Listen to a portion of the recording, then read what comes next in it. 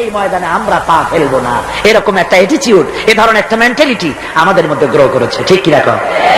আমার ভাইয়েরা, মাল দিতে হবে, জান দিতে হবে, সবকিছুকে উৎসর্গ করে দিতে হবে আল্লাহর দ্বীন প্রতিষ্ঠার জন্য। যার পয়সা আছে, পয়সা দিয়ে কি করবেন যদি আল্লাহর দ্বীন এ জমিনে কায়েম না হয়? আল্লাহর দ্বীন কায়েম না হলে অসত্য, বদমাশি, শয়তানি, সব রকমের অন্যায় কাজ দিয়ে ভরে যাবে দেশ, ক্রমান্বয়ে অশান্তির দিকে যাবে। শান্তি আসবে কেবলমাত্র ইসলাম প্রতিষ্ঠা হলে পরে। আমাদের অবস্থা হলো যে আমরা ওই কুফাবাসীদের মতো। তাদের মতো? কুফাবাসীদের মতো। কুফাবাসীরা হযরত ইমাম হোসেনের জন্য দারুণ ভাবে কেঁদেছে। ঠিক কিনা? কুফাবাসীরা ইমাম হোসেনকে দাওয়াত দিছিল কারা? কুফাবাসীরা। অনেকগুলি চিঠি তারা লিখছে। কুফাবাসীরা ইমাম হোসেনকে ভালোবাসতো, দাওয়াত দিয়েছে, তার জন্য কেঁদেছে। কিন্তু কুফাবাসীদের চোখের পানিটা ছিল ইমাম হোসেনের জন্য, আর অস্ত্র, টাকা পয়সা, শক্তি সবটা ছিল এজিদের জন্য। কথা বুঝতে পেরেছে? কুফাবাসীদের মতো অবস্থায় আমাদের হয়েছে। কুফাবাসীদের হযরত ইমাম হোসেনের জন্য তারা শুধু চোখের পানি ফেলেছে, আর টাকা পয়সা, অস্ত্রপাতি যা ছিল সব ছিল তাদের এজিদের জন্য। আমাদের অবস্থাও তাই। আমরা ইসলামের জন্য শুধু চোখের পানি ফেলি, আর যখন ভোট দেই তখন ইসলাম যারা চায় না তাদেরকেই ভোট দেই। ঠিক কিনা? আমাদের টাকা, আমাদের পয়সা, আমাদের ইলেকশন, আমাদের হরতাল, আমাদের ধর্মঘট সবকিছু হচ্ছে ইসলাম যায় না, যারা চায় না তাদের জন্য। আর ইসলামের যখন কথা বলি, ইসলামের কথা শুনলে শুধু চোখের পানিটাই ছাড়ি, মহব্বত চোখের পানি দিয়া শেষ করে দেই, আর কিছুই করি না। আমি একবার এইখানে এই শহরে অনেক বছর আগে একটা জানাজায় শরীক হয়েছিলাম। কোন মাঠে আমার এখন তার মনে নেই। জানাজার পরে যিনি জানাজা পড়ালেন তিনি বললেন, ওই লাশকে সামনে রেখে বললেন, কেন আসিল? তো তখন আমি নতুন নতুন সেটা আসছি, আমি ভাষা ভালো করে বুঝিও না। একজন বললো কেন আসিল? সবাই কইলো গম আসিল। তাই বললাম যে গম আসিল, এই মরা মানুষের সাথে গম, আমি আটা গম তাই মনে করেছি, যে এটার কি সম্পর্ক? আমি ইমাম সাহেবকে জিজ্ঞেস করলাম যে আপনি বললেন কি, আর জনগণই বা বললো? যে আমি জিজ্ঞেস করলাম যে লোকটা কেমন ছিল, তো সবাই বললো ভালো ছিল। তাই বললাম তো ফায়দা কি? ফায়দা এই যে সবাই বললো ভালো, আল্লাহ তারে মাফ করে দিয়া ভালো বলে বেহেশতে পাঠায় দিল। আশ্চর্য কথা!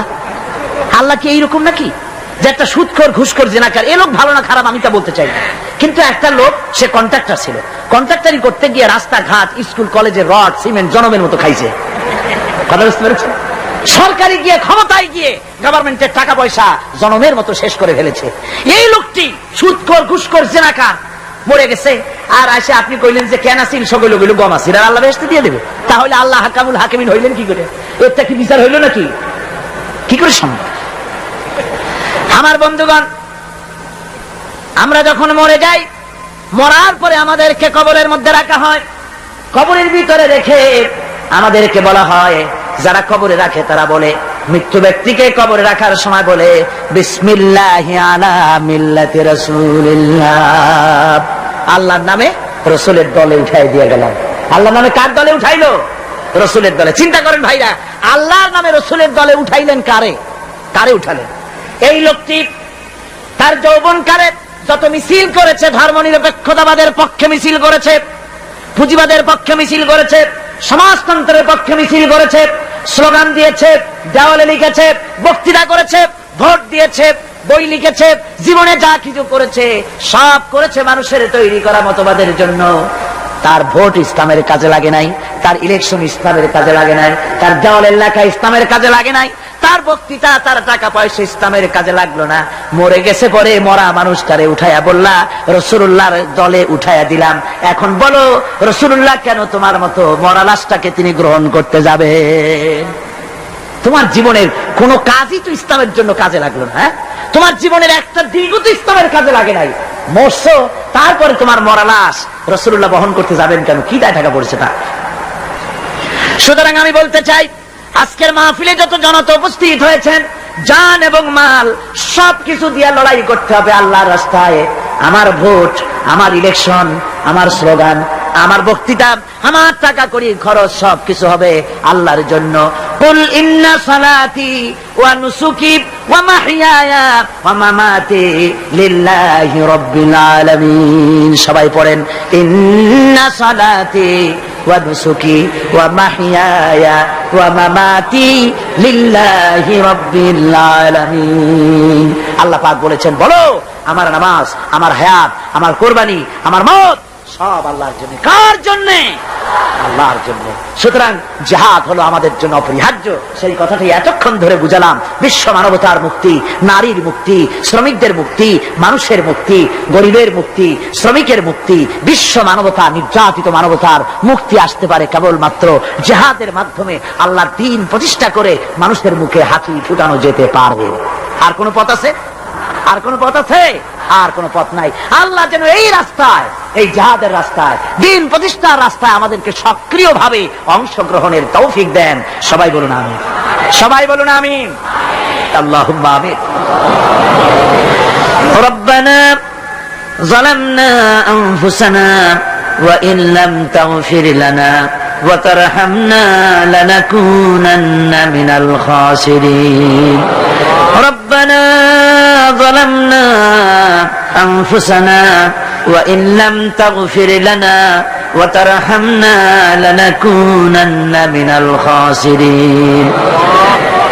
رب العالمين तमाम পৃথিবীর মাটির নিচে হযরতে আদম থেকে নিয়ে পর্যন্ত সমস্ত নবী, সমস্ত সাহাবী, সমস্ত নবীদের স্ত্রীগণ, আয় আল্লাহ তোমার এই দ্বীনকে প্রতিষ্ঠা করার জন্য যারা শাহাদাত বরণ করলেন, যত মুমিন মুমিনাত সকলের আরোহের পরে সওয়াব পৌঁছায় দাও রব্বুল আলামিন। আমরা যারা হাত তুলেছি এর মধ্য থেকে মা বাপ যাদের দুনিয়া থেকে জরুবের মতো বিদায় হয়ে গেল, আল্লাহ রব্বুল আলামিন আমাদের আব্বা আর আম্মা দুনিয়া থেকে যাদের জনমের মতো বিদায় হয়ে গেছে, কবরটাকে জান্নাতের টুকরা বানাইয়া দাও রব্বুল আলামিন। আমাদের মা বাপের কবরের মধ্যে বেহেশতের বাগান বানাইয়া দাও। রব্বিরহামহুমা কামা রব্বায়ানি সগীরা, রব্বিরহামহুমা কামা রব্বায়ানি সগীরা। সবাই পড়েন রব্বিরহামহুমা কামা রব্বায়ানি সগীরা। আয় আল্লাহ তোমার রহমতের নজর দিয়ে আমাদের দিকে তাকাও আল্লাহ। আমরা সারা জীবন গুনাহ করেছি, বেয়াদবি করেছি, আল্লাহ তুমি দয়া করে আমাদের জিন্দেগীর সমস্ত গুনাহ খাতা মাফ করে দাও রব্বুল আলামিন। এই মাহফিলের ভিতরে জিনাকার থাকতে পারে, হত্যাকারী থাকতে পারে, সুদখোর থাকতে পারে, ঘুষখোরও থাকতে পারে। আয় আল্লাহ যত গুনাহগারেরা মিলে আমরা হাত তুলেছি, যেমন গুনাহগার আছে তেমন ভালো মানুষও এই মাহফিলে আছে। আয় আল্লাহ অসম্ভব নয়, এই মাহফিলে তোমার অনেক ওলিরা হাত তুলেছে। আয় আল্লাহ আলেমে দ্বীনরা হাত তুলেছে, হাফেজে কোরআন হাত তুলেছে, মুরব্বীরা ওস্তাদরা হাত তুলেছে, কচি কচি মাসুম বেগুনা বাচ্চারা হাত তুলেছে। রব্বুল আলামিন আমাদের গুনার দিকে নজর করো না। আমাদের গুনার দিকে তাকালে তোমার গোসা বেড়ে যেতে পারে। আমাদের গুনার দিকে তাকাইও না, আমাদের চোখের দিকে তাকাও, আমাদের মুখের কাকতি মিনতির দিকে তাকাই আমাদেরকে মাফ করে দাও আল্লাহ রব্বুল আলামিন। এই মাহফিলে যথেষ্ট যুবকেরা এসেছে আল্লাহ, যুবকেরা বয়সের দোষে গুনাহ করা স্বাভাবিক, যত গুনাহ যুবকেরা করেছে আল্লাহ সমস্ত যুবকদেরকে তুমি মাফ করে দাও। সুবহান রাব্বিকা রাব্বিল ইজ্জাতি আম্মা ইয়াসিফুন ওয়া সালামুন আলাল মুরসালিন ওয়ালহামদুলিল্লাহি রাব্বিল আলামিন। ওয়াজআল আখিরা কালিমাতিনা ইনদাল মাউত লা ইলাহা ইল্লাল্লাহু মুহাম্মাদুর রাসূলুল্লাহ।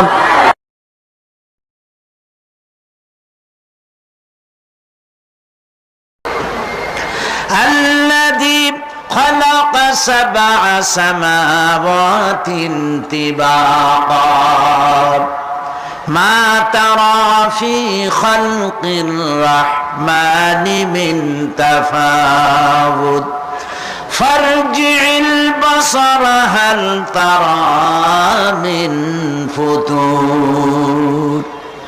ক্ষমাশীল তিনি সপ্ত আকাশ রচিলেন থরে থরে, কোন ত্রুটি হেরিবে না তার পূর্ণ সৃজন পরে।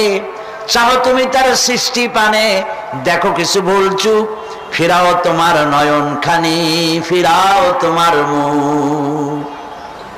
আকাশটাকে সুন্দর করে সাজাইছি, তাকায় দেখো তো কোনো ভুল ত্রুটি আছে নাকি? সুবহানাল্লাহ। আল্লাহ পাক বলছেন, মা তারা ফি খালকির রহমান মিন তাফাউত, রহমানের সৃষ্টির ভিতরে কোনো ত্রুটি পাবে না। ফারজিল বাসারা হাল তারা মিন ফুতুর, আবার তাকাও। কে বলতেছেন? আবার তাকাও, ভালো করে তাকাও, দেখো কোন সৃষ্টির মধ্যে কোনো ত্রুটি আছে কি? জোরে বলেন নাই, জোরে বলেন নাই, বলেন আলহামদুলিল্লাহ, সুবহানাল্লাহ। এক দরবেশ, সে একবার এক বট গাছের তলায় বসিয়া এই আয়াত পড়তেছিলেন। এই আয়াত পড়ে তার মনে উঠলো, আল্লাহ পাক বলছেন হাল তারা মিন ফুতুর, দেখো কি কোনো ভুল চুক, আবার তাকাও। তো সে দেখে ভুল ত্রুটি তো ধরবার উপায় নাই, আল্লাহ তোমার সৃষ্টির মধ্যে কোনো ত্রুটি নাই, তবে একটা জিনিস আমার কাছে একটু বেকায়দা লাগে। সেটা কি? সে বলছে যে আল্লাহ, এই যে বট গাছ, বিশাল গাছ, যেমন গাছ ফলটা তো ওইরকম হয়নি, তাল গাছটা যেমন ফলটাও ওই রকম, নারকেল গাছটা যেমন ওই রকম, বেল গাছটা যেমন ফলটা ওই রকম, চালতাটা যেমন ফলটা ওই রকম, ঠিক না? কিন্তু এত বড় বট গাছ, ফল একেবারে একটু একটু। দরবেশ সাহেব শীত হয়ে শুয়ে শুয়ে এগুলি চিন্তা করতেছিলেন। হঠাৎ করে একটা বটের ফল, আধা পাকা ফল, অনেক উপর থেকে বৃন্তচ্যুত হয়েছে, দরবেশ সাহেবের নাকের ডগার উপরে টস করে পড়ছে। পড়ার সাথে সাথে নাক জ্বলে উঠছে, কান ধরে তওবা করে দরবেশ সাহেব সিজদায় পড়ে গেছেন। আল্লাহ, কি বলিনা করলাম, আমার চিন্তা মতে যেমন গাছ তেমন ফল, তালের সাইজের যদি হইতো, যে পজিশনে আমার নাকের উপরে পড়ছে, নাক তো ভালো, মাথাও গুঁড়ো গুঁড়ো হয়ে যেত। সুবহানাল্লাহ, সুবহানাল্লাহ। আল্লাহ পাক বলছেন, ثم ارجع البصر كرتين ينقلب إليك البصر خاسئا وهو حسير। অক্ষমহীন দৃষ্টি তোমার সৃষ্টিতে পাবে ফাঁকি, ফিরাও তোমার নয়ন খানি, ফিরাও কাঙ্গালাখি। আমার সৃষ্টি নৈপুণ্যতার দিকে যতবার তাকাও না কেন, আমার সৃষ্টির ভিতরে কোনো ত্রুটি তুমি দেখতে পাবে না। এই জন্য নবীজি বলেছেন, আল্লাহ রাব্বুল আলামিনের সৃষ্টির কলা কুশলতার প্রতি কেউ যদি একবার গবেষণা করে, একটা ঘন্টাও যদি কেউ চিন্তা করে, কয় ঘন্টা?